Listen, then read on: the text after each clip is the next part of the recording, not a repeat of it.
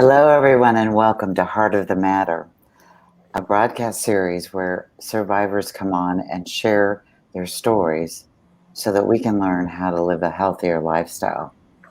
My name is Susan Smith, and I'm your host. And I want to remind everyone that heart disease is the #1 killer of women, taking the lives of 1 in 4. Currently, there are 48 million women in the United States who are living with some sort of heart disease. I give you that statistic because my guest today is a heart survivor. I'm so happy to have join me Jeannie Nguyen, and I'm going to tell you a little bit about her and then ask her some questions. Jeannie Nguyen is a senior vice president at National Bank of Arizona, has been there for the past 18 years. She manages the Tucson commercial real estate department. I have to tell you, that is where I met Jeannie. That's where I used to work.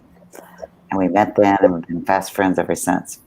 Jeannie's the past president for both Crew Tucson, which is commercial real estate women, and Executive Women International.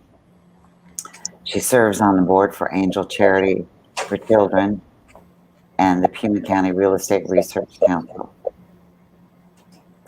In her free time, her hobbies are travel and cruising. She's a wife, a mom, and a grandma. Won't you help me welcome Jeannie Nguyen? Thanks for being here, Jeannie. Thank you, Susan. Before I ask you any questions, I'd love it if you'd start off telling us your heart story. Would you start? Sure, absolutely.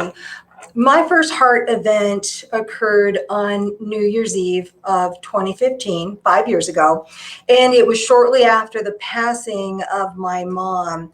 I had been under incredible grief and stress at that time, and while I'm not aware of any physical symptoms that were leading up to that first event, I had maybe little twitches or a little skip here and there, but I didn't really worry too much about it. But the symptoms that evening, it was a sudden onset of a very high heartbeat. Felt like my heart was going to beat out of my chest. We actually called 911. I was taken to the hospital. I was sustaining a heartbeat of around 170 beats per minute.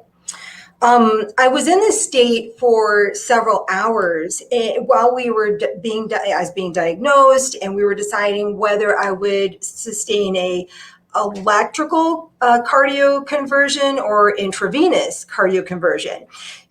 So at one point, shortly after the clock struck midnight, it's New Year's Eve, Happy New Year.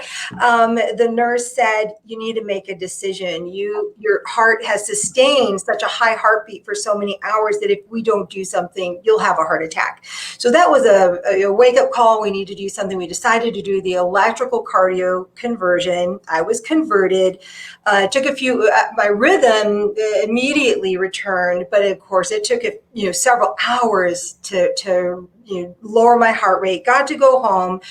They deemed it a lone event because of the grief and the stress, and just went along another 4 years to last December 2019, when I had my second event. That's when the reality hit that this was a thing with me, and I needed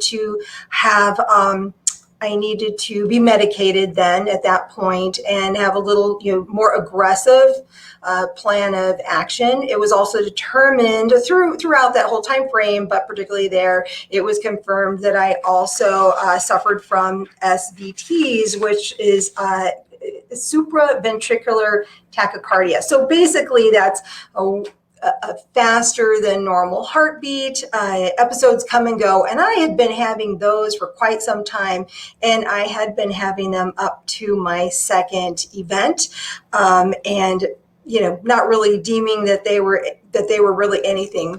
They were something, and so actually the solution for me then is short term. It was meds. And ultimately last June, I was a candidate for a cardiac ablation. I had my ablation again in June, and it was deemed successful. Reduced my meds from 3 to 2, and I still work very closely with my cardiologist on any other symptoms that may come up or be concerning. Oh my goodness, you tell that so well. So I have a question. The very first time when they ask you, you had to make a decision. What you chose, is it where they shock you with the paddles, or how did they get your heart into rhythm? Yes, so they'll put you out, and then they will use the paddles, and my understanding, I felt like I had been napping for a long time, but it was a pretty quick procedure. I came out of it, and I was, again, I was able to go home a few hours later. The second time, that was not an option because I had been having symptoms. They were afraid that it may not have been the SVTs, but it could have been many AFib episodes. And so because of that, I was at a greater risk for stroke, and you do not want to have the electrical conversion. So we did the intravenous conversion, and I stayed overnight in the hospital. Same result, different way to get there. I see. Thank you for explaining that. So I just want to ask one question. We're throwing around this term AFib, and I think that's short for atrial fibrillation. Correct. Okay. And then I also have learned in my world that atrial fibrillation is more of an electrical problem as opposed to a plumbing problem. Like I had clogged arteries and had to have a different kind of treatment, and I have a different diagnosis. So is it electrical? Is that how you would frame it? Yes, both those are electrical. And so when I spoke of the solution, the ablation, they go in, and in my case, they can freeze or burn. In my case, they froze cells that would then form a scar tissue and kind of block those misbehaving misfires. Wow. I love the way you say that, misbehaving misfires, because when you have that high of a heartbeat, you can't sustain it for long. So thank you for explaining.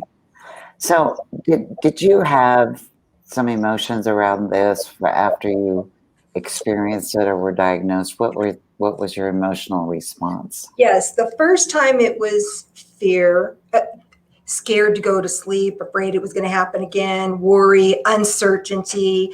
Now, both my parents had it, so it shouldn't have been a surprise to me, that it is genetic. How could it be happening to me? You kind of anger almost, right? The second time it happened, it absolutely was a reality that AFib was now part of my life, and I needed to empower myself. So I'd say more empowerment the second time around. Right. Good.